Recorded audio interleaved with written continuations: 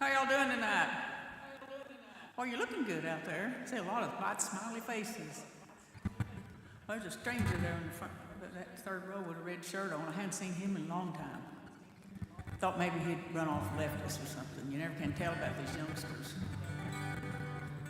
We're studying our Sunday school class in Deuteronomy where God commands us to come together as a large group in His house and worship Him. I know a lot of people say, car, I can worship in the shower. Well, you can, and that's great. But then you don't want to put too many I on it because He wants us to come together in assembly and worship Him. That's what this first song's about. If I can get y'all to stand.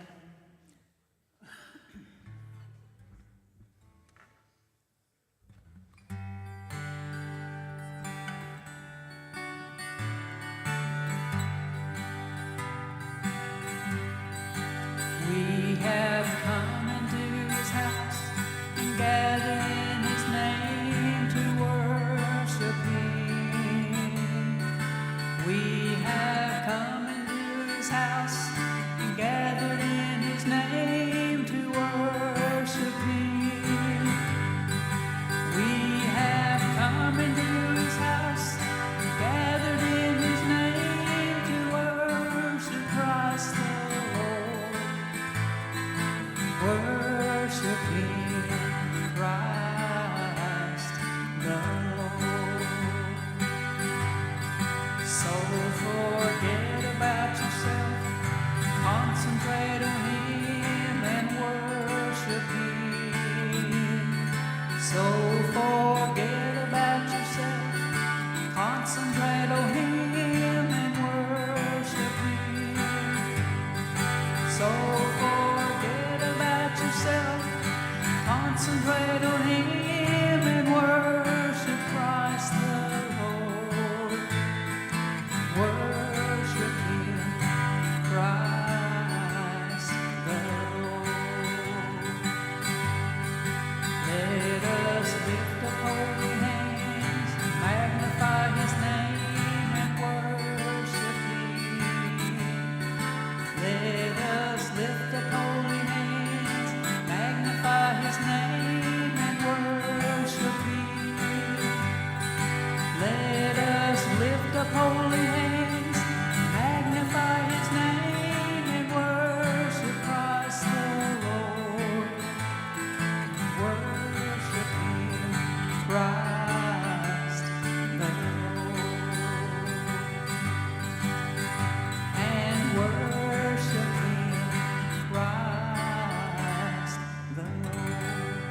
Amen. We had some of them holy hands lifted this time. Let's just keep on singing about it. There's within my heart a melody, Jesus whisper sweet and low. Fear not, I am with thee, peace be still, in all love's love ebb and flow. Jesus, Jesus, Jesus, sweetest name I know, fills my every longing, keeps me singing as I go. All my life was wrecked by sin and strife, His card filled my heart with pain. Jesus wept across the broken streams, stirred the slumbering chords again. Jesus, Jesus, Jesus, sweetest name I know, fills my ever longing, keeps me singing as I go. Soon He's coming back to welcome me, far beyond the starry sky. I shall wing my flight to worlds unknown, I shall reign with Him on high. Jesus, Jesus, Jesus, sweetest name I know, fills my ever longing, keeps me singing as I go. Jesus, Jesus, Jesus, sweetest name I know, fills my ever longing, keeps me singing as I go. seat.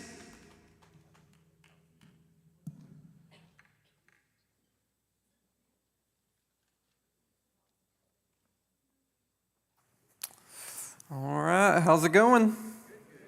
That's good.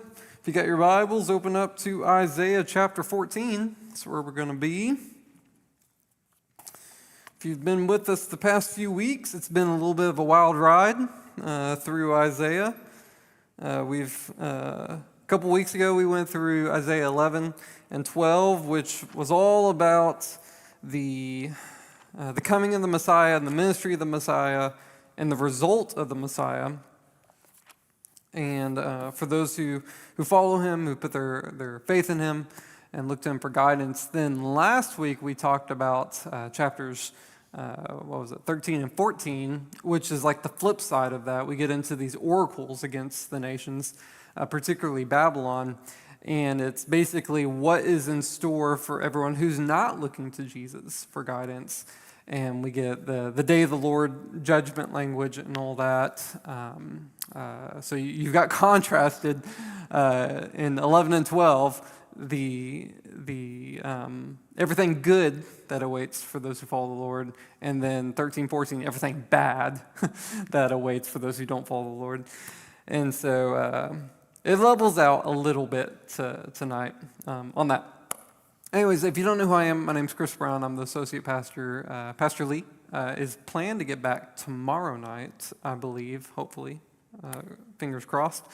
And do what? Yeah? Okay. And so he'll be back with us Sunday, and I'm sure he'll share with us all about their trip and what went on over there and all that good stuff. But we are in Isaiah tonight, so we're going to get into it.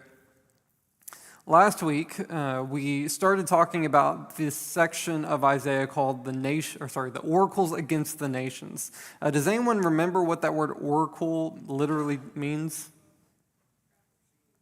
Huh? No, not prophecy. What? Yeah, burden. It literally translates to burden. The word massa is the Hebrew word there. And it literally translates to burden. So when it says an oracle against, insert whatever nation it is, the CSB, the translation I'm using, uses the word pronouncement. So when it uses that word, it's Isaiah, or it's God through Isaiah laying a burden on these nations that ultimately judgment's going to come upon them. And he's going to go systematically through each one. So last week, he opened up with Babylon. And there's a lot of what we talked about. There's a lot of literal implications for Babylon, like physical Babylon, and how they're going to be judged in the 6th century BC. But there's a lot of greater eschatological language of how things are going to play out in the end times. There's a lot of Revelation tie-in in that, and then the great day of the Lord in that. And what we're going to see is that Isaiah almost sets up these oracles against the nations in a thematic way. We're going to see that it's not necessarily chronological. It's going to be more thematic than that. And he starts out with Babylon to not only communicate the fall of Babylon, but also how it's all going to play out in the end. And then we're going to see tonight he's going to go to the immediate neighbors of Judah in particular. And then he's going to spread out to the African areas. Then he's going to spread out over to the east. He's going to hit Babylon again, by the way. And so they get a double dose. And then he's going to pull it back and talk about Jerusalem in particular. And so there's a systematic approach to how he's addressing these. And they're not necessarily chronological. We'll talk more about that in just a minute. But with that, tonight we're getting into the oracle against Philistia. And so this is Isaiah chapter 14, verse 28. It says this: "In the year that King Ahaz died, this pronouncement came." So King Ahaz is dead. The year that most people place on this is about 715 BC is when this is taking place. So this is one of the few times in Isaiah that we get a date associated with what's going on here. Now, pop quiz: Ahaz, good king, bad king? bad. Yeah, that's a good guess. Yeah, if you hit bad, it's a more than 50% shot that you're going to be right on that. King Ahaz, bad, had a lot of, so he was the king over the southern kingdom of Judah, had a lot of conflict with the northern kingdom of Israel and Syria. They actually had this great war with it. He sided with Assyria in that conflict, which Assyria is kind of like the arch nemesis of the northern kingdom of Israel. So Ahaz, bad king. Who comes after Ahaz? A good. You're right. It is a good king. It's Hezekiah. In fact, the best king of Judah, next to David, which David was really the king of the combined kingdoms. And so I think it's 2 Kings 18 calls Hezekiah the most Davidic of all the kings. And so it's like this guy is like the guy that gives us hope that something's going to happen. And then Hezekiah dies, and it just goes back downhill in that. Anyways, we're not there yet. What's important to note is King Ahaz has died at this point, a significant moment in the life of Judah, but this pronouncement is particularly against Philistia. So let's take a look at it. Verse 28, in the year that King Ahaz died, this pronouncement came, "Don't rejoice, all of you in Philistia, because the rod of the one who struck you is broken. For a viper will come from the root of a snake, and from its egg comes a flying serpent." Well, that's some good language right there. There's a lot of debate on what exactly this means.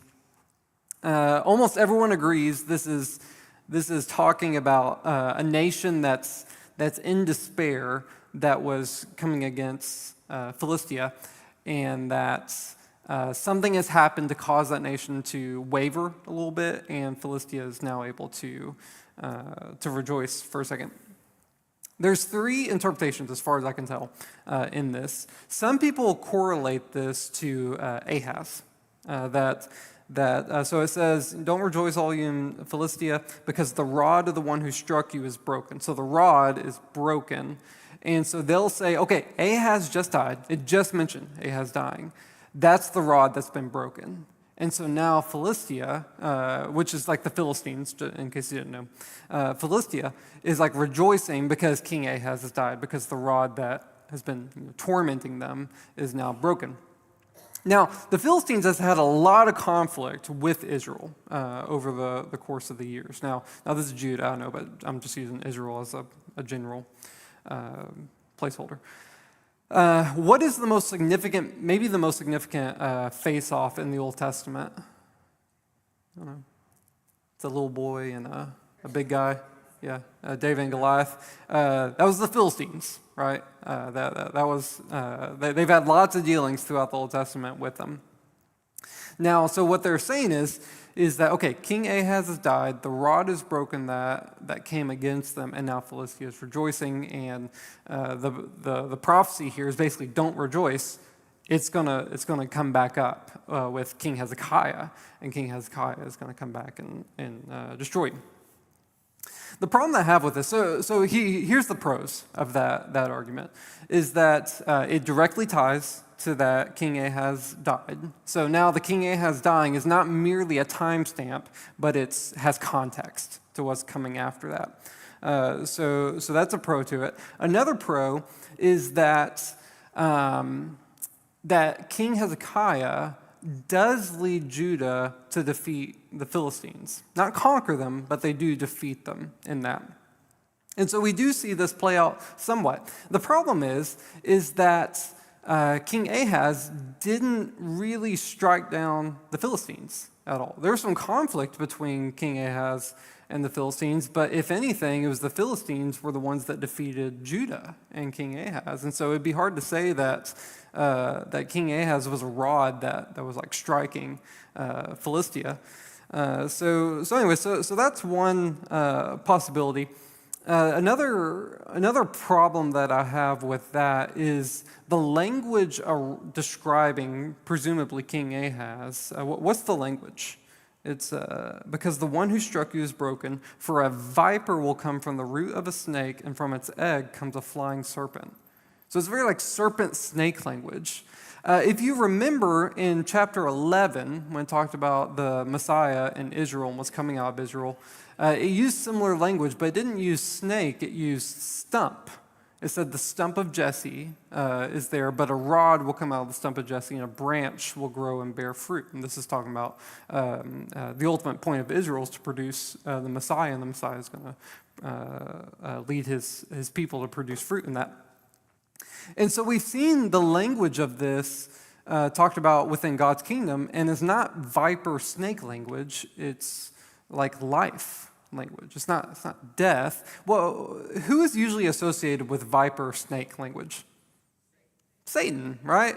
And so you have to make the leap here that it's talking about that this, if you're saying that he's referencing King Ahaz dying and that King Hezekiah is coming up out of that, you have to take the leap that God is using serpent language to describe his kingdom and his people.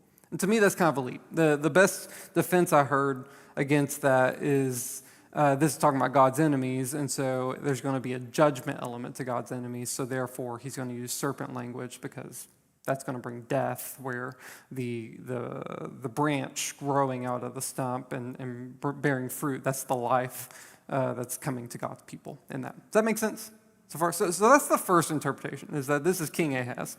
The second interpretation is that this is actually talking about Assyria.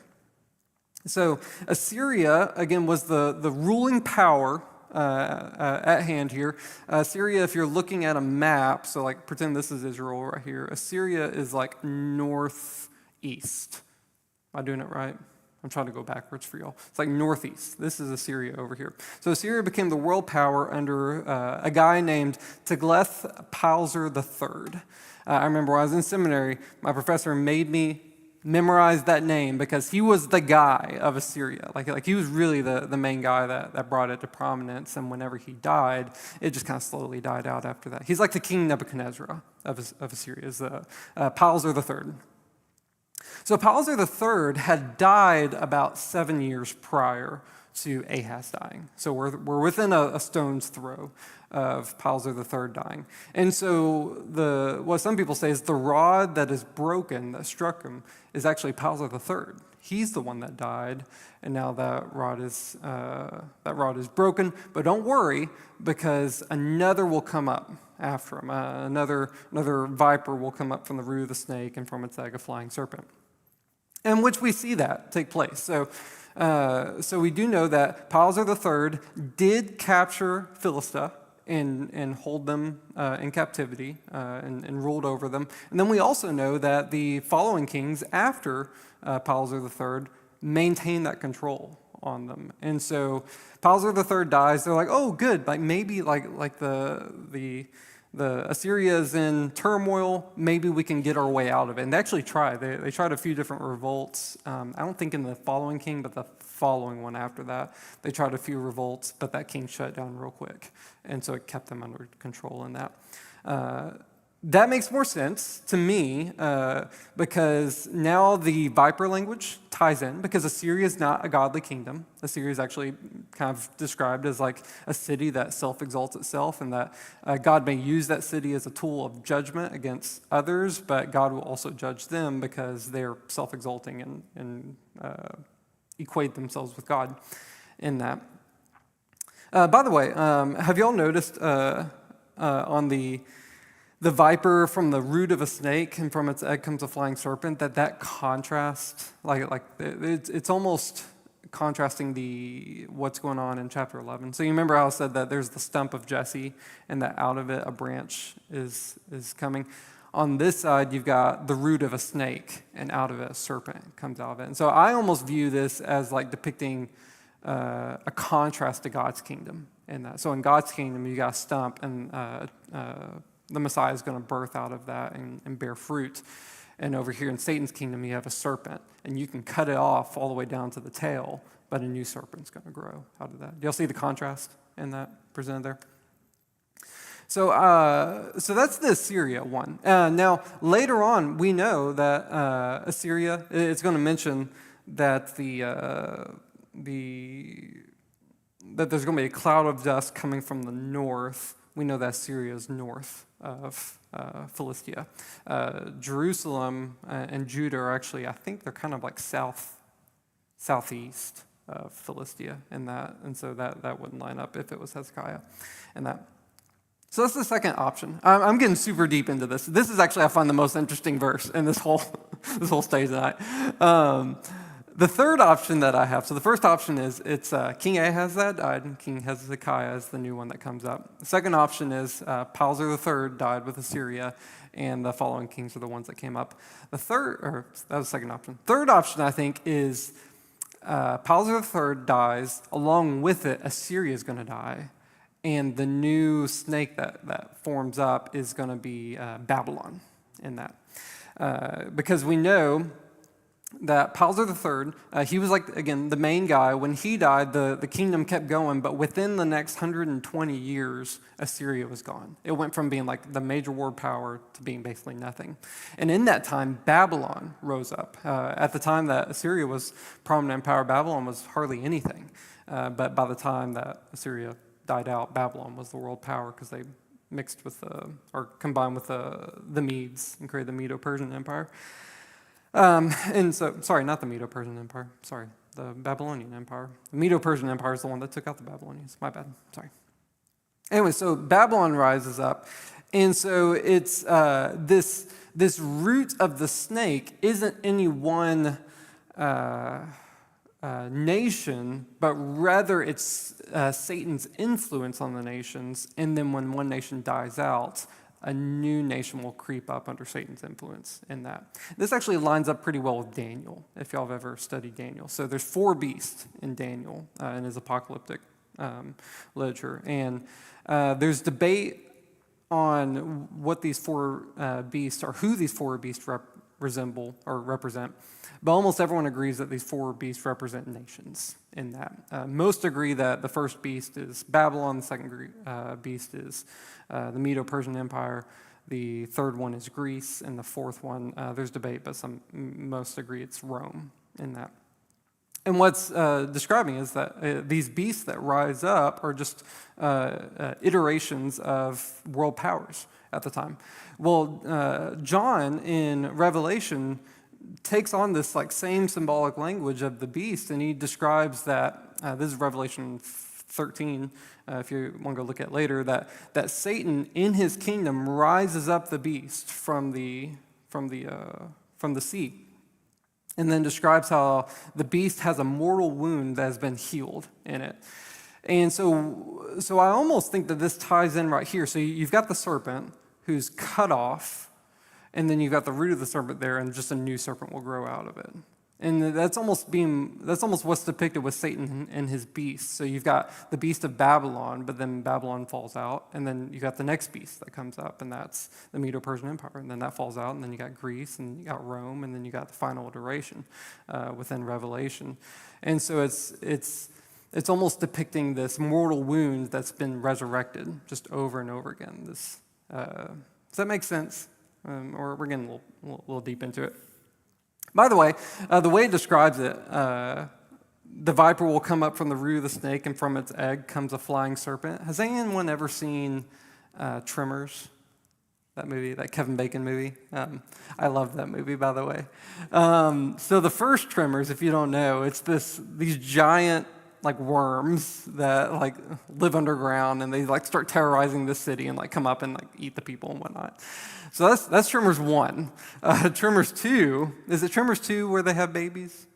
Yeah, okay, yeah, so Tremors 2. So in Tremors 1, they're like, oh, we get on the roof, and boom, we win. They can't get us because we're on the roof. So Tremors 2 comes out, and they try to take the same approach, but then they morph in Tremors 2, and they start spitting out these like babies, and they're like, okay, well, they can climb and stuff, but at least we're fine. And then boom, they sprout wings and they start flying, and then they're like, oh no, they're going to come get us. That's what I think of when I read this. A viper will come up from the root of the snake. You think you're okay, but then from its egg comes a flying serpent. So it's even worse than what it was before in that. And so anyways, in conclusion, That's a long, drawn-out thing to say. In conclusion, I kind of lean towards this is talking about the death of Palzer III and the inevitable fall of Assyria, but up will rise something even worse than that, and that's the Babylonian Empire. And fun fact, in history, the Babylonian Empire is the one that actually wipes out Philistia. The Assyrians maintain control of them, but the Babylonians actually wipe them out in that. And so, take it for what you will in that. All right, that's verse 2. All right, verse 30. Then the firstborn of the poor will be well fed, and the impoverished will lie down in safety. But I will kill your roots with hunger, and your remnant will be slain. So what's being described right there? Anytime that Israel was attacked, God would use this language of, I'm preserving my remnant. And so the majority of the people might die, but I'm preserving my remnant in that. So what's this saying here is, no, even the remnant will be slain and wiped out in that. No one's left.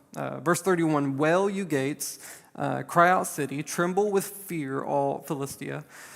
For a cloud of dust is coming from the north, and there is no one missing from the invaders' ranks. So again, Assyria would have been from the north there and that. Verse 32, what answer will be given to the messengers from that nation? The Lord has founded Zion, and his oppressed people will find refuge in her. So within this oracle against Philistia, you've got a glimmer of hope for God's people, that they're going to be shielded from this.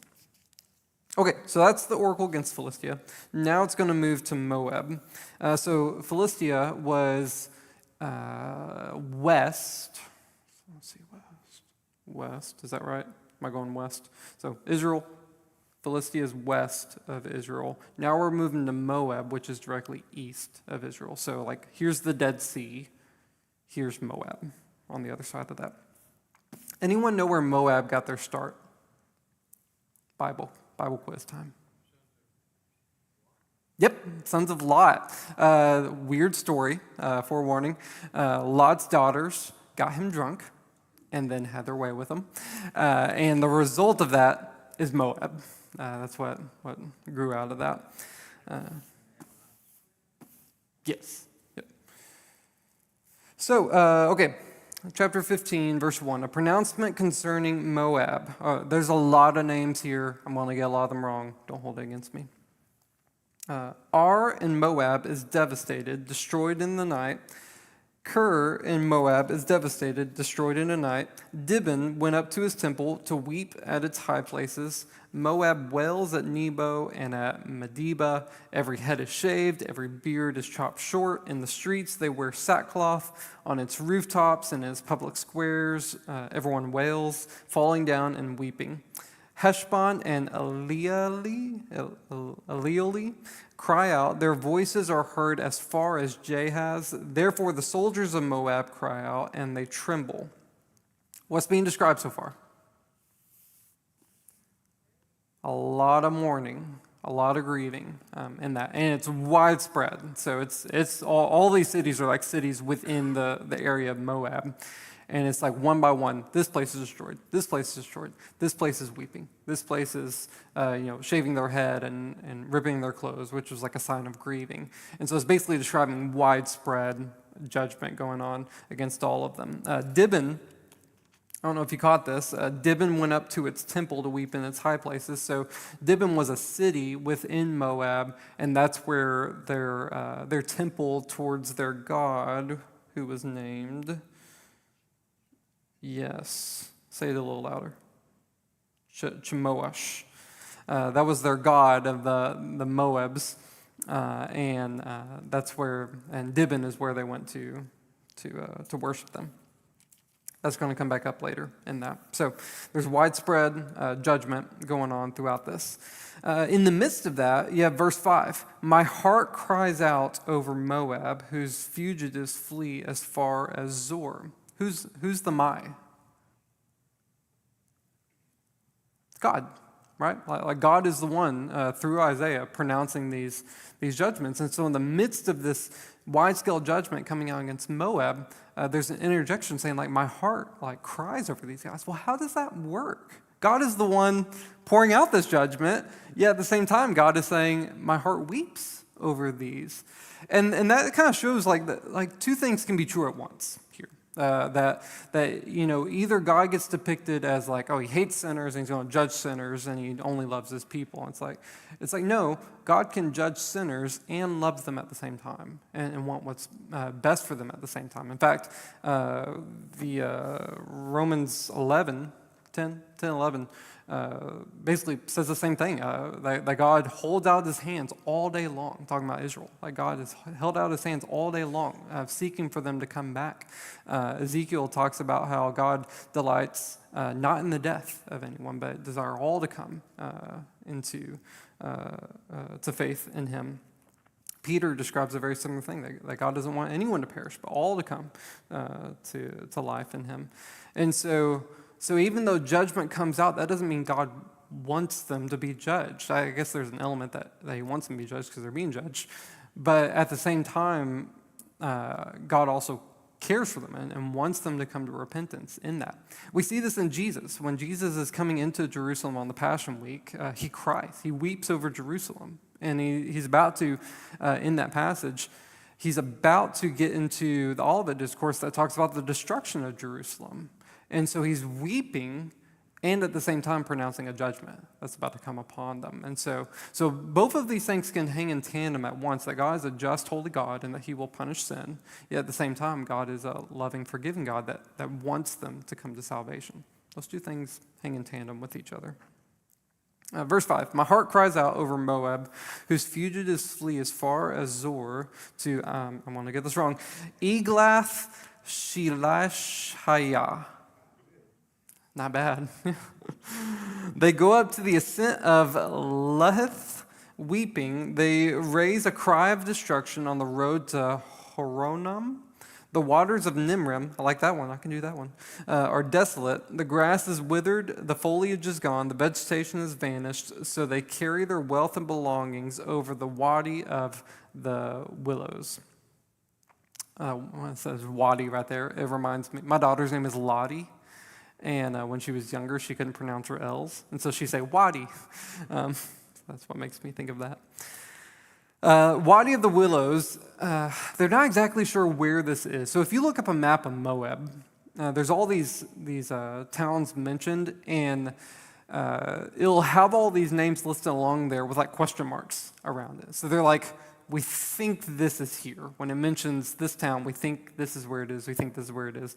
Wadi of the Willows is one of those ones where they're not exactly sure what that is, but most think that it's a place called the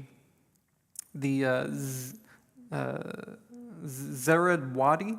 And that was like, so on the Moab, so you're east of the Dead Sea, and that's Moab. South of Moab is Edom, the Edomites, and there was a river that was a boundary line between them, and that was the Zered Wadi right there. And so when it says the Wadi of the Willows, they think that they're talking about that line. So what's being described here in that? They carry their wealth and belongings over the Wadi of the Willow. They're fleeing away from Moab. They're trying to get across the boundary line to get down to the Edomites in that. And so what's being described here is not only widespread destruction among Moab, but the people of Moab are fleeing and they're running for their life in the midst of this.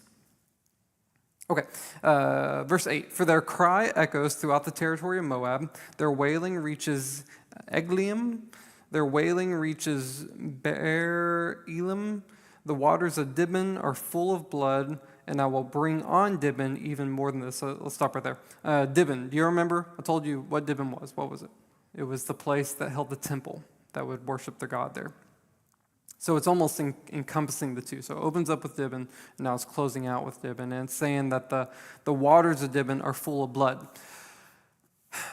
I'm not sure if this is it's for sure a judgment that's being pronounced here, but I'm not sure if it's the waters are full in the blood in the same way that the Nile, when Egypt was judged, was full of blood. So like, he stuck his staff in and the waters turned to blood, or waters turned red. I don't know if it means like that, like the waters turn to blood as a sign of judgment, or it means the waters are full of blood because people have literally been slaughtered, and that blood is just draining into that water. I don't know exactly which one it is. Either way, it's a judgment that's coming upon the center place of their worship in Moab. Verse 9, the waters of Dibon are full of blood, but I will bring on Dibon even more than this, a lion for those who escape from Moab and for the survivors of the land. So if all this destruction wasn't enough, we're going to send lions to come get you in that. We've seen lions as judgment before. Does anyone know where? It's actually back in, I think, 2 Kings, whenever Assyria first took out the northern kingdom of Israel. Assyria deported all of the Israelites out and imported their own people into that land. And so you had foreigners dwelling in the land of Israel. God didn't like this, so what did he do? He sent lions to come attack them, right? Anyways, there's a whole story there on that. So apparently lions is a favorite judgment of God because we have it coming out here against the Moabs as well. Yeah, kind of. Yeah, because it says it's the lion is going after those who escape. Yeah, so it kind of is a cleanup crew in that sense. Okay, so lots of judgment going on in Moab so far, right? Full-scale judgment. Verse 16, it shifts a little bit. Still talking about Moab, but shifts. Send lambs to the ruler of the land from Selah in the desert to the mountain of daughter Zion. What's it describing there? Well, we have precedent in 2 Kings that talks about the Moabites coming and bringing lambs. Like they brought like 100,000 lambs as like an offering whenever they were trying to seek out the help of another nation. And so likely what's being referred to here is, okay, Moab, you need help in this moment. So what do you need to do? Get your peace offering, get whatever you need, tribute you need to bring, and take it and present it. Who are they presenting it to?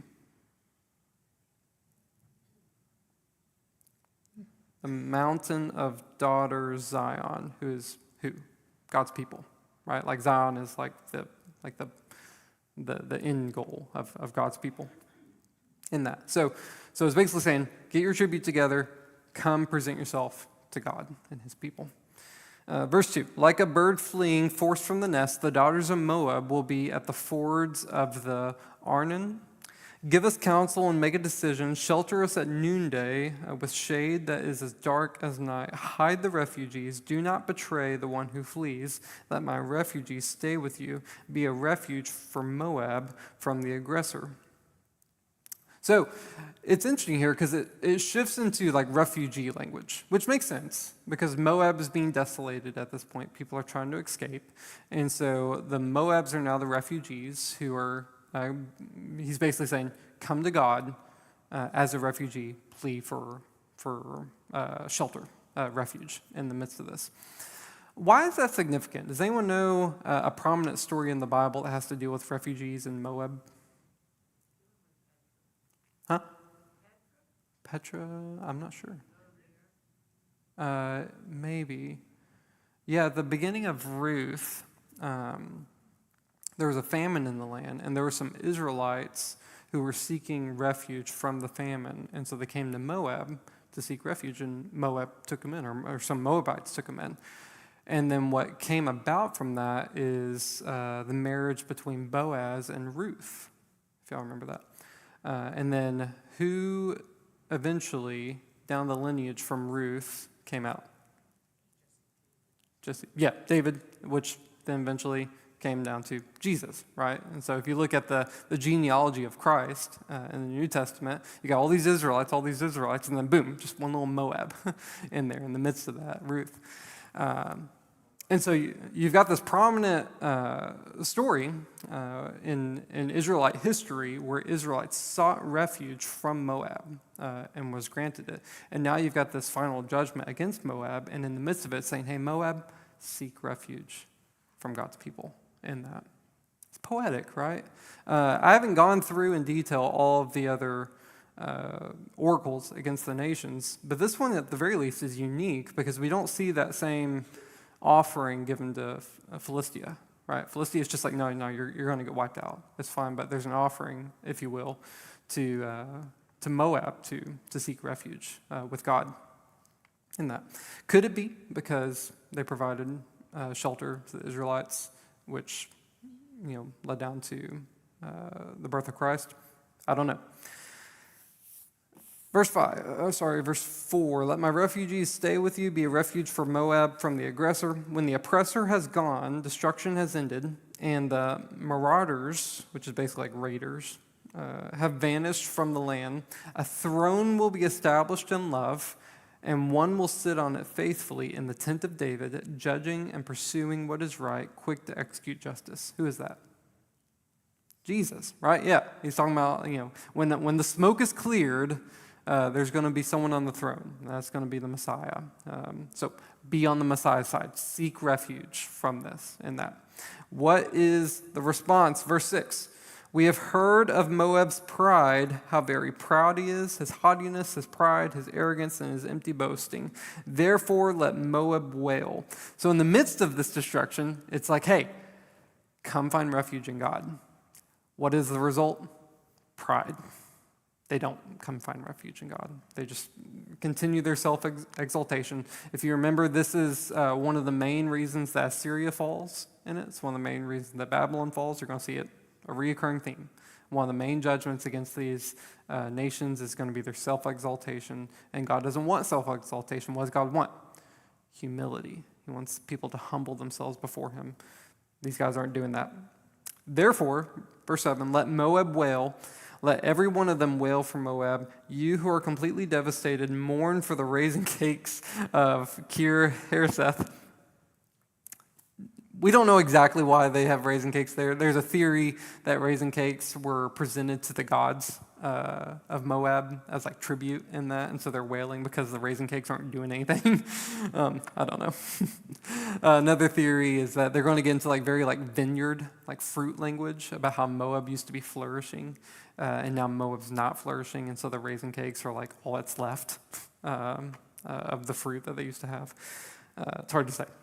Verse 8, for Heshbon's terraced vineyards and the grapevines of Sibmah have withered. The rulers of the nations have trampled its choice vines that reached as far as Jazer and spread to the desert. Their shoots spread out and reached the sea. So I join with, actually, we'll stop right there. We've seen this vineyard language where the nations trample on it before. In Isaiah 5, God uses this exact same language with Israel, that Israel was a vineyard that God planted. Israel was supposed to bear fruit. They didn't bear fruit, so what did God do? He removed all the walls of the vineyard and just let the nations come trample them in that. Same depiction here, that Moab was a vineyard, was doing well, but the nations have now come trampled them, and now there's nothing left in that. Verse 9, so I join with Jazer to weep for the vines of Sibmah. Who's I again? It's God in the midst of this. God is speaking through Isaiah for this pronouncement. And so God again is reiterating, while I am bringing about this judgment, I'm weeping alongside this judgment here for their lack of repentance. I drench Heshbon and Elealeh with my tears. Triumphant shouts have fallen silent over your summer fruit and your harvest. Joy and rejoicing have been removed from the orchard. No one is singing or shouting for joy in the vineyards. No one tramples grapes in the winepress. I have put an end to the shouting. Therefore I moan like the sound of a lyre for Moab, as does my innermost being for Kir Heres. When Moab appears and tires himself out on the high place and comes to his sanctuary to pray, it will do him no good. And that's the way it ends the oracle. There's one more final conclusion, a statement from God that we'll talk about in a second. But it's basically destruction. You once were flourishing, you're not flourishing anymore, you're trampled, no more fruit, no more vineyard, and all that. And then I find it poetic that the last statement in verse 12 is when Moab appears. So now we have a personification of Moab itself. When Moab appears and tires himself out on the high place. What's the high place? It's like their place of worship. So again, we're going back to Dibon, where they would have their temple. When he tires himself out on the high place and comes to his sanctuary to pray, it will do him no good. In the midst of all of this destruction, God is calling them to seek him as refuge, right? There's that call to repentance. Come seek me as refuge. They don't seek God as refuge. They exalt themselves in their pride, and they go seek their own God in the midst of that. And it ends with, it's going to do you no good. That God can't save you, right? And so it's kind of a poetic, gruesome way to end it. Verse 13, this is the message that the Lord previously announced about Moab. And now the Lord says, in 3 years, as a hired worker counts years, Moab's splendor will become an object of contempt, in spite of a very large population, and those who are left will be few and weak. This is a really specific prophecy, right? It's saying in 3 years this is going to happen. And it says, as a hired worker counts years. The main consensus around this is if you're a hired worker, are you going to count years very precisely? Yes, yeah, because you're getting paid by the time, right? And so you're gonna clock the hours. And so what most people think is when he says that as the hired worker counts years, it means that this is precise. Like this isn't a symbolic 3 years, this is a literal 3 years that's going to happen here. Interestingly enough, let me look to my notes just to make sure I'm not getting dates wrong. We have in Assyrian records the conquering of Moab, roughly dating to 718 to 715 BC, which is right around this time. And so what most people place it as is the fulfillment of this would have been, let's say 718, just to make it even numbers. 718, which would have put the prophecy, if we date it back 3 years, to 721, because again, we're counting up in BC. Now, when was the time of the first prophecy? Do you remember the second oracle to Philistia? It was the year that King Ahaz died, which he died in 715, right? So 715 is the second oracle when King Ahaz died. The third oracle, the fulfillment of that oracle was 718. Date that back 3 years, it would have been 721. Meaning the third oracle actually came before the second oracle. Are y'all tracking with me on that? So here's the thing, the reason why I point that out. This isn't necessarily chronological. Like Old Testament writers, especially when you get into like prophecy and the prophets, this isn't like one long letter that they're writing out. Like this isn't like when Paul sat down and wrote to the Corinthians. He writes out whatever they want and then sends it to them. Likely what Isaiah is a compilation of his entire ministry compiled together into one book. And so Isaiah had a ministry of, I think, like 30 or 40 years in that. And so this isn't him in one sitting writing down all these things. This is him throughout his entire life. Making these proclamations, and then when they were compiled together. Now, Hebrew literature is more interested about themes than they are about chronology, sequential timelines, and that. Yeah, it's not necessarily linear. Yeah, that's the point in that. And so if you look at this and you say, hold on, this is out of chronological order, therefore it's wrong. No, that wasn't their goal. Their goal wasn't to create a chronological sequence timeline here. Their goal is to create thematic, like when compiled, to create a theme to get across a point. Well, what's the point here? The opening oracle was about Babylon, and as we saw, it scaled way beyond Babylon, and we got into the great day of the Lord, the judgment against everyone in that. So the opening one is the judgment against the world, and then we get to those closest to Israel, Philistia, Moab. Next is going to be Damascus, which is north of Israel. Then the next section of them, we're going to move to the African nations over here. Then the next section, we're going to move to the Babylonian nations over there. Then the last section, we're going to move back to the heart of Israel, to Jerusalem. And so again, he's not necessarily going chronological. He's going thematic. He's trying to address certain sections at once. Does that make sense in that? Okay. Anyways, any questions about that? It's kind of a lot of technical stuff tonight. That's the great thing about the Old Testament, especially these. There's a lot of history. Mind you, we can go back by the way, we have a lot of like archaeological data on the ancient Near East world here. Like I was saying, so there was the prophecy against Moab that they were going to get destroyed, and we can go to not biblical records, Assyrian records. So like we have Assyrian records, we can go to Assyrian records and date it to the same time that Moab got defeated by Assyria. There's extra biblical evidence that supports these right here. Contrast that with the Mormons. So the Mormons, Joseph Smith in the 1800s found the two golden tablets that was delivered to him by an angel. Yeah, no one else found. Only him. They just vanished after that. He was given the site to translate these tablets into the Book of Mormon. The claim is that it was written by the prophet Mormon back in like the 3rd or 4th century AD. And so it was just like recovered in the 1800s. Well, within this Book of Mormon, it talks about this great civilization that was in like North America before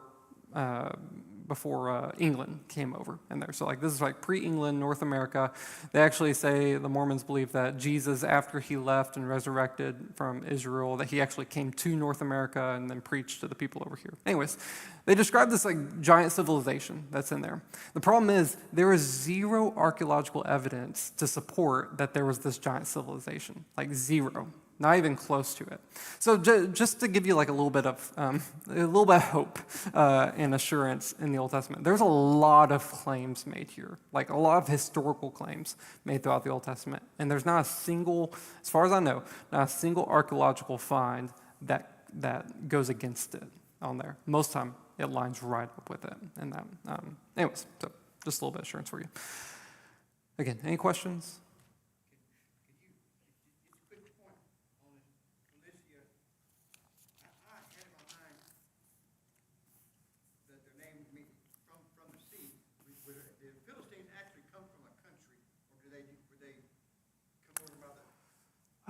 Where did the Philistines come from? I don't know off the top of my head. Don't know. Yeah, don't know. Yeah. Yeah. Yeah. Mm-hmm. Yeah. I can tell you how they died. I can tell you how they died. Yeah. Yeah.